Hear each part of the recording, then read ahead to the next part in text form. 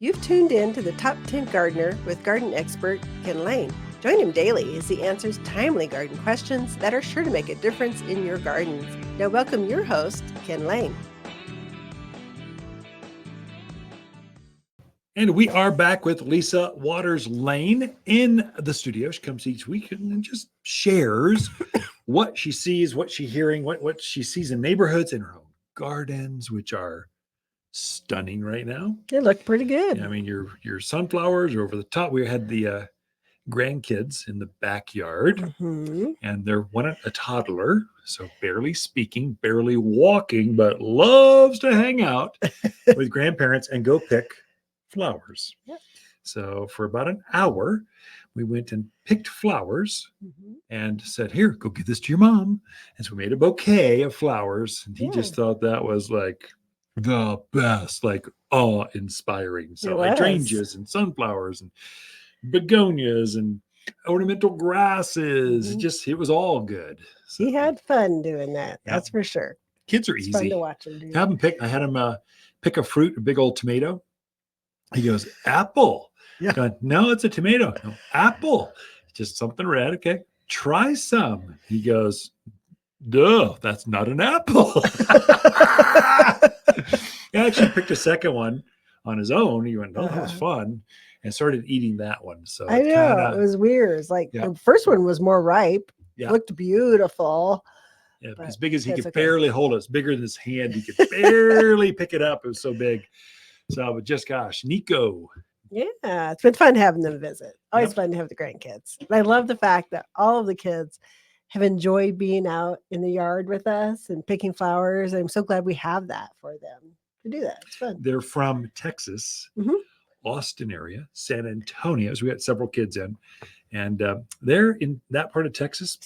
It's humid. It's not that hot. It's just humid. And so you're gooey all the time. They're coming out here going, it's beautiful. It's 80s and dry. This is like perfect. And we're going, it's hot. Yeah, it's humid. It's all just what you know. It is. So what do you got for us? So some garden tips. It's funny how this time of year, the question I get asked the most is, do I still have time to plant? Oh, I know. It's so crazy. And I'm like, I don't know.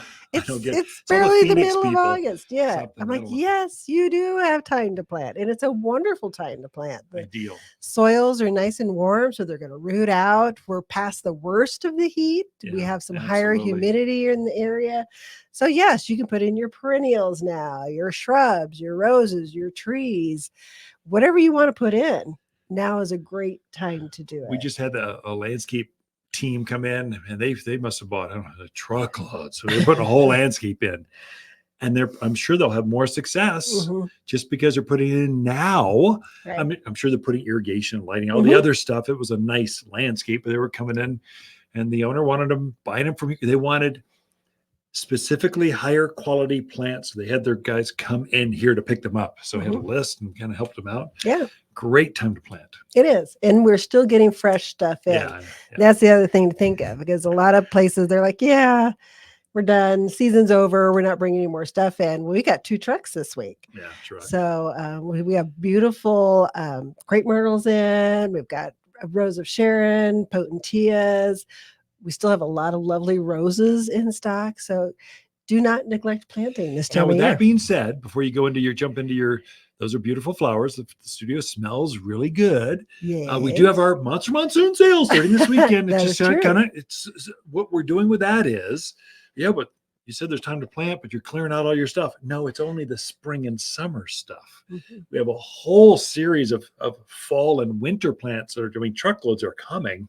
This is the transition from spring to the next season, and we'll skew it towards fall color, winter evergreens. That's when all the best maples come in, your asters and phlox. And so you'll see this turn. We just don't want a winter. We don't want all that few last things left.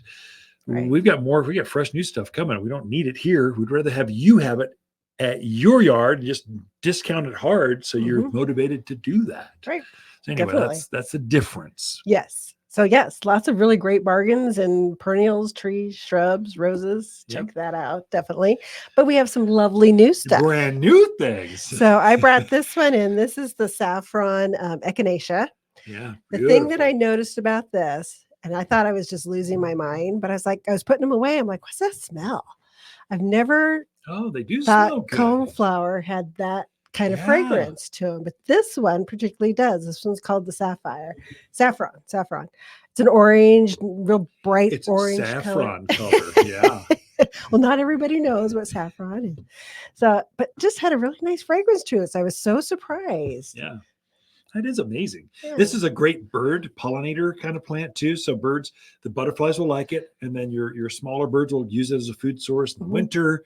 It loves full sun. Animals generally don't eat it. I don't know about this color, Right. but your grandparents grew the Purple. basic purple. Yeah. Now we've got reds and sombreros and apricots and saffrons and all these I other probably colors. have 5 different colors of the Yeah. echinacea in right now. Yeah. And now is its season. It looks beautiful this time of year. Now I'm putting together a video right now. I was just in Naperville, which is where our seed breeder is. They got a ton of test gardens.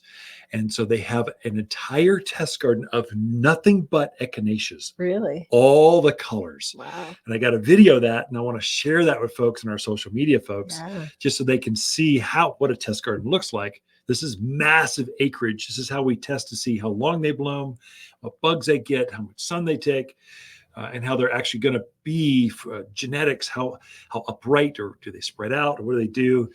And then from there, we take the cuttings and the seeds and we grow that from there. And that's how we're looking at these test gardens now for spring next year.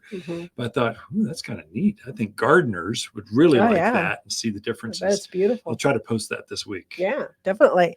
So the other flowers that we have in right now is salvia. So this one is the Purple Vibe Ignition Salvia. It's a great little salvia to put in. You want to attract hummingbirds. Oh my gosh, put in a salvia. Crazy, yeah. So we have this little hummingbird that's been hanging around the garden center. He's like almost tame at this point. And there's certain plants he loves. The pentas is one of them, the lantana, and then the salvia. Yeah. And it really doesn't matter what color, whether it's the white, the purple, the hot lips, the red, he loves them all. He's he's a real little baby. He's adorable. We're trying to think of a name for him. Have you named it yet? No, we're trying to think of a name. I'm voting Clarice. I'm thinking that's a good one. That's a hummingbird name. Chloe. Chloe, I like. only it's a male. Well, how do you know? Because it's got a red throat. Oh, okay. Never mind. I know my hummingbirds. Never mind. Okay. So the other plant that I wanted to show you guys this week, this is the Rudbeckia. This one is Prairie Sun, and it's got a bright yellow bloom that's probably 4 or 5 inches across. It's as big as your hand, or darn close to it. Absolutely gorgeous. You definitely need it in a pot by your front door. It's fun to or play out with in this your on the perennial. camera. Yes, Yeah. I know you get distracted. Or putting it in a perennial bed. It's just so bright and colorful right now. It's absolutely gorgeous. We also got some Rudbeckia in, we got Echinacea in, which is a cross between a Rudbeckia and an Echinacea. Yeah. And they're kind of a brown, they'd be gorgeous with this. I should have brought one too. They're kind of a brown amber color with some touches of yellow. It would be very striking to have. Looks like an Arizona sunset, yeah. the way I look at her, or a glorified sunflower. Yeah. Yeah, very, very pretty.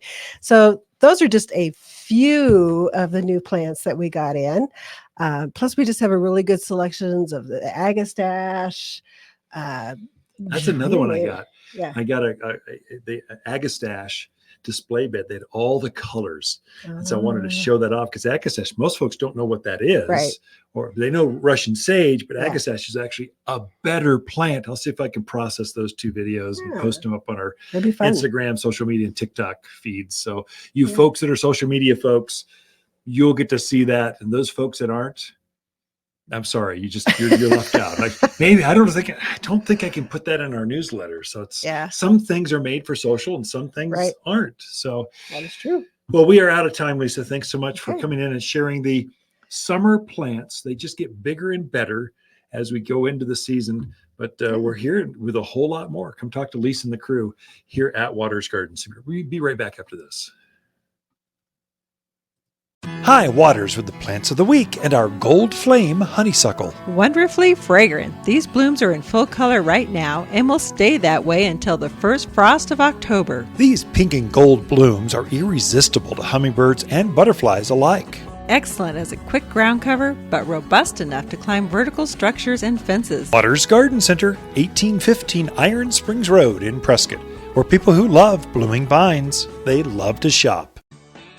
You're listening to garden expert Ken Lain, owner of Watters Garden Center in Prescott. Look for more tips, tricks, and garden shortcuts through Ken's website. Additional shows of this podcast, read his weekly garden column, or follow him on Facebook, Instagram at wattersgardencenter.com. That's Watters with 2 T's, gardencenter.com.